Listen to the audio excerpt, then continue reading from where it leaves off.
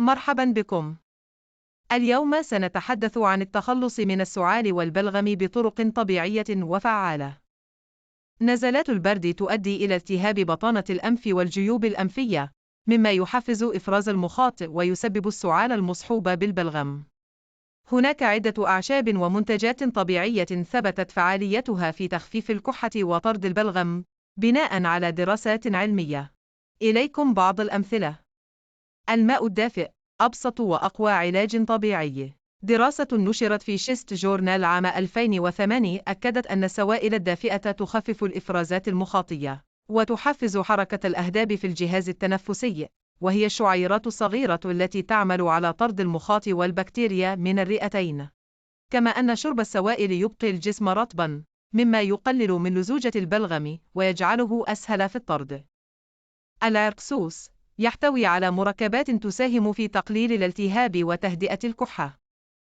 هناك دراسات تشير إلى فعاليته في تحسين الأعراض المرتبطة بالجهاز التنفسي. العسل يعد العسل من أكثر العلاجات الطبيعية التي تم إثبات فعاليتها في تخفيف الكحة، خاصة عند الأطفال. تشير الأبحاث إلى أن تناول العسل يمكن أن يهدئ الحلق ويخفف من الكحة الليلية. الزنجبيل يحتوي على خصائص مضادة للالتهابات والبكتيريا، وقد يساعد في تخفيف الكحة وإذابة البلغم.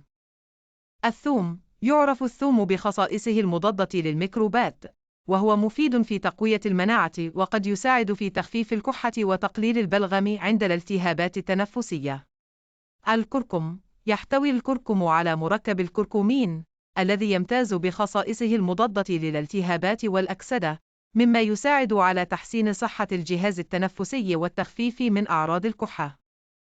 الأوكاليبتوس الكافور يستخدم زيت الأوكاليبتوس موضعياً أو في بخار الاستنشاق لتحسين التنفس وتخفيف البلغم. تشير الأبحاث إلى فعاليته في تحسين التنفس وتقليل الاحتقان.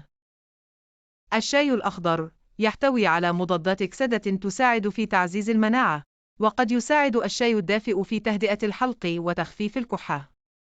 النعناع يحتوي النعناع على المنثول الذي يساعد في تهدئة الحلق وفتح الممرات التنفسية، كما أنه قد يساعد في تقليل البلغم وتخفيف الكحة. يجب الانتباه إلى أن استخدام هذه الأعشاب والمكونات الطبيعية يجب أن يكون بحذر، وخاصة عند الأشخاص الذين يعانون من حالات صحية مزمنة أو يتناولون أدوية، حيث قد تحدث تداخلات دوائية. كما يجب مراجعة الطبيب قبل استخدامها.